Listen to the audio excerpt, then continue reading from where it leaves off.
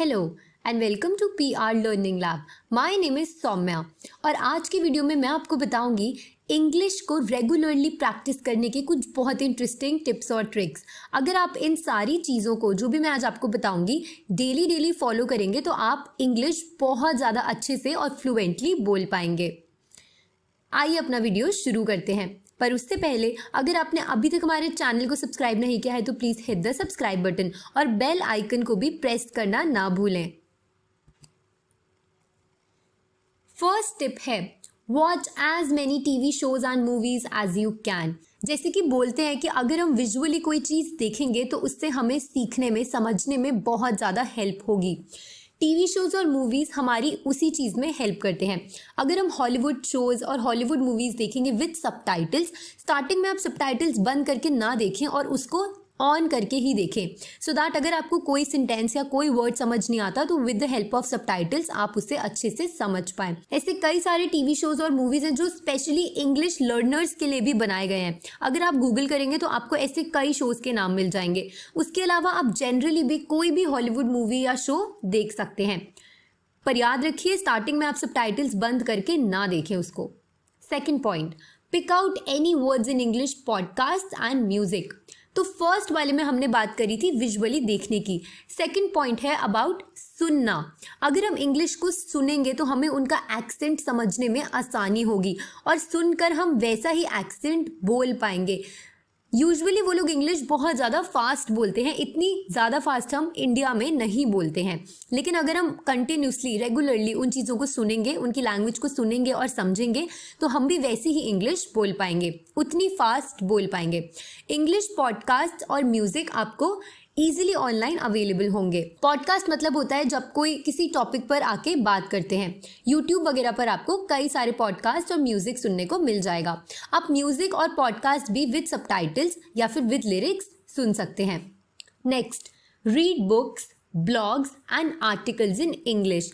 ये भी इंग्लिश को अच्छा बनाने का, इंग्लिश को फ्लुएंट करने का बहुत अच्छा तरीका है। बुक्स पढ़ना, ब्लॉग्स पढ़ना और आर्टिकल्स पढ़ना इंग्लिश लैंग्वेज में।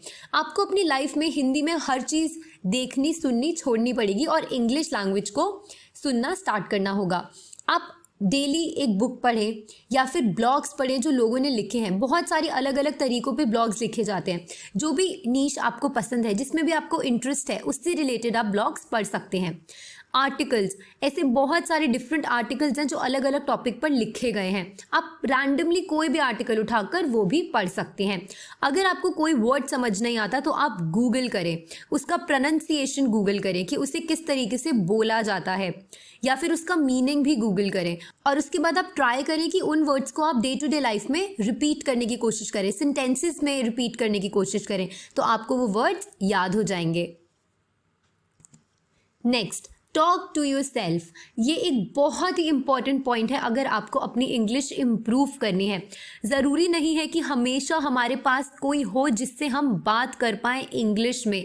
ऐसा हो सकता है कि आपके पास लोग हों बट उन्हें भी उतने अच्छे से इंग्लिश बोलनी नहीं आती हो, तो आप खुद से भी बातें कर सकते हैं।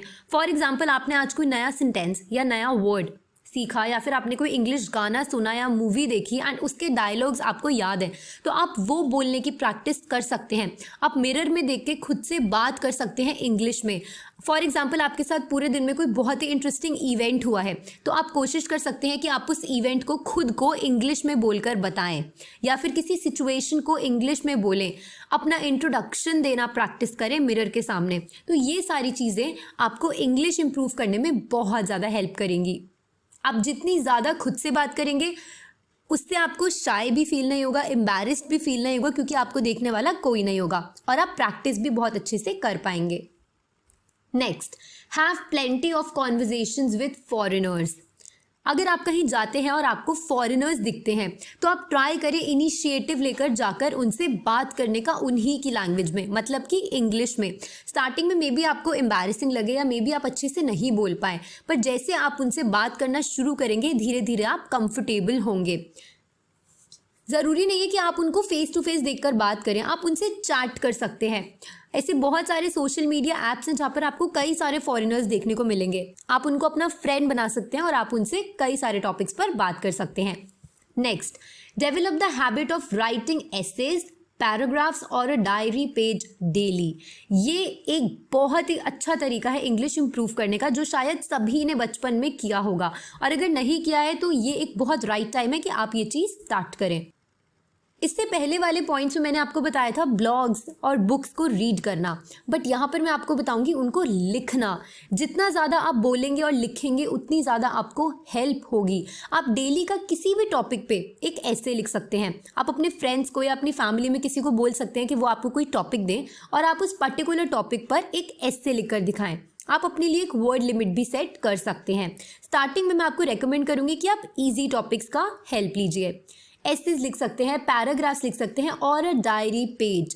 कई बच्चों के स्कूल में भी ये कंपलसरी होता है कि उन्हें एक डायरी पेज डेली लिखना है, उन्हें अपना डे डिस्क्राइब करना है। जैसे कि मैंने टॉक टू योर सेल्फ में बताया था कि आप अपने डे के बारे में खुद को बता सकते हैं, रिकॉल कर सकते हैं, वैसे ही आप एक डायरी पेज में भी अपनी फीलिंग्स लिख सकते हैं। आपका डे में क्या अच्छा हुआ, क्या बुरा हुआ, उस तरीके से आप एक डायरी एंट्री लिख सकते हैं। आई होप आपको ये पूरा वीडियो अच्छे से समझ आ गया है। अगर आप इन सारे पॉइंट्स को अच्छे से और डेली फॉलो करेंगे, मैं गारंटी ले सकती हूँ कि आपका इंग्लिश बहुत इंप्रूव हो जाएगा और एक पॉइंट पे आके आपकी पूरी hesitation as well as embarrassment भी खत्म हो जाएगी। अगर आपको ये वीडियो पसंद आया तो प्लीज़ इस वीडियो को लाइक और शेयर ज़रूर कीजिए and don't forget to subscribe to our channel. Thanks for watching.